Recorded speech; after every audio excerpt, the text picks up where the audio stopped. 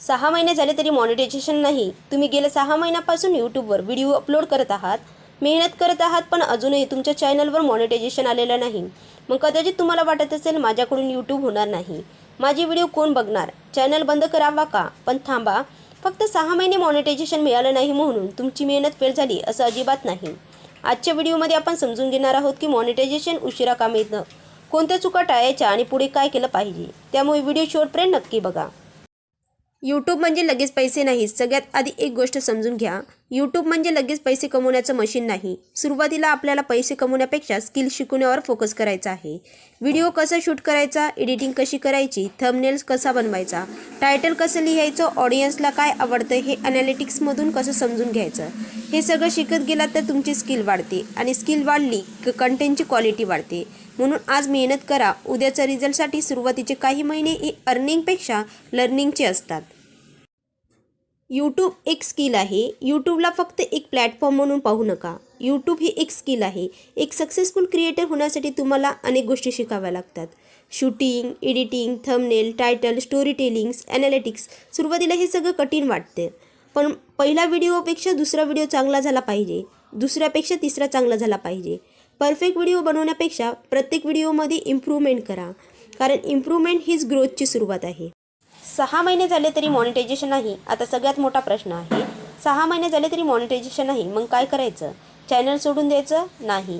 तुमच्याकडे 2 चॉईस आहेत. एक, माझं होत नाही म्हणून थांबायचं. दुसरं, कुठे कमी पडतोय हे शोधायचं आणि पुन्हा प्रयत्न करायचा. मी नेहमी दुसरा ऑप्शन निवडायला सांगेन, कारण यूट्यूबवर प्रत्येकाला ग्रोथ वेगळ्या स्पीडने होते. तुमचं चॅनल किती दिवसाचं आहे यापेक्षा तुम्ही त्या काळात किती शिकलात हे महत्त्वाचं आहे.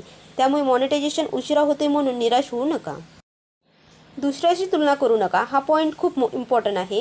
तुम्ही एखाद्या क्रिएटरचा व्हिडिओ पाहता, त्याचे 1 मिलियन सबस्क्रायबर आहेत आणि तुमच्याकडे कदाचित 100 किंवा 500 सबस्क्रायबर आहेत, आणि मग आपण स्वतःची कंपॅरिझन करतो, त्याचं एवढं झालं, माझं का नाही झालं. पण लक्षात ठेवा, त्याचं चॅप्टर 20 आहे आणि तुमचा कदाचित चॅप्टर 2 आहे. तुम्ही त्याच्या रिझल्टची तुलना तुमच्या सुरुवातीलाच करत आहात. हे थांबवा. तुमची कॉम्पिटिशन दुसऱ्या क्रिएटरसोबत नाही, तर तुमची कॉम्पिटिशन कालच्या तुमच्यासोबतच आहे. कालपेक्षा आजचा व्हिडिओ चांगला झाला का? आजपेक्षा उद्याचा थंबनेल चांगला होणार आहे का? बस एवढंच बघा. प्रत्येक व्हिडिओ म्हणजे टीचर. तुम्ही अपलोड केलेला प्रत्येक व्हिडिओ तुम्हाला काहीतरी शिकवतो. समजा पहिला व्हिडिओला 150 व्ह्यूज आले आणि दुसऱ्याला 1.2 व्ह्यूज आले आणि तिसऱ्याला 8.5K व्ह्यू आले, तर काय झालं? तुम्ही अचानक लकी झालात का? नाही. तुमच्या प्रिव्हियस व्हिडिओमधून काहीतरी शिकलात. कुठला टॉपिक चालला, कुठला थंबनेल चालला, कुठल्या पॉईंटवर ऑडिओ व्हिडिओ सोडून गेली, हे ॲनालिटिक्समध्ये पहा. प्रत्येक व्हिडिओकडून एक लेसन घ्या. लेसन, इम्प्रूव्हमेंट, ग्रोथ हाच यूट्यूबचा एक खरा गेम आहे. यूट्यूबचा ग्रोथ मला एका झाडासारखा वाटतो. आधी एक बीज असतं, मग त्यातून रोप येतं, नंतर झाड वाढतं आणि शेवटी फळ मिळतं. पण बीज लावल्यानंतर दुसऱ्या दिवशी फळ मिळत नाही. त्याला वेळ लागतो, पाणी द्यावं लागतं, काळजी घ्यावी लागते. त्याचप्रमाणे यूट्यूबवरही तुम्हाला रोज कंटेंट इम्प्रूव्ह करायचा आहे. आज अपलोड करा, उद्या सुधारणा करा आणि पुन्हा अपलोड करा.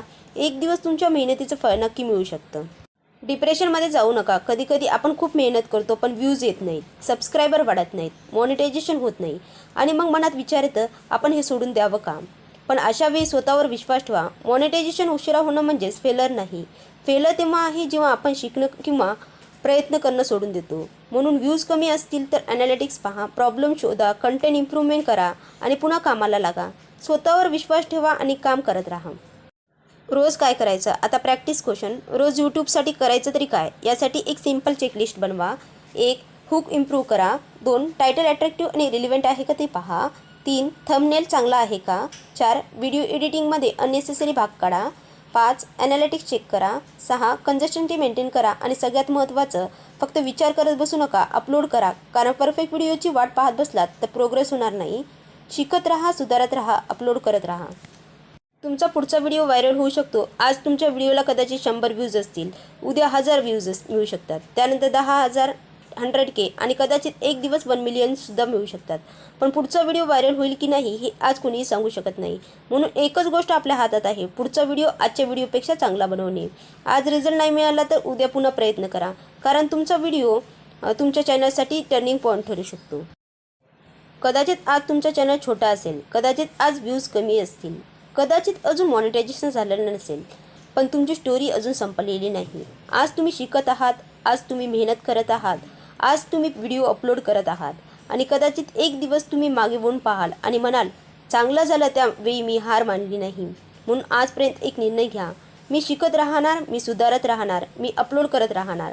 कारण प्रत्येक मोठ्या चॅनलची सुरुवात कधी ना कधी एका छोट्या चॅनलपासूनच झालेली होती. म्हणून जर तुमचं चॅनल अजून मॉनिटायझेशन झालेलं नसेल तर हार मानू नका. कमेंट्समध्ये फक्त एक गोष्ट लिहा, मी हार मानणार नाही.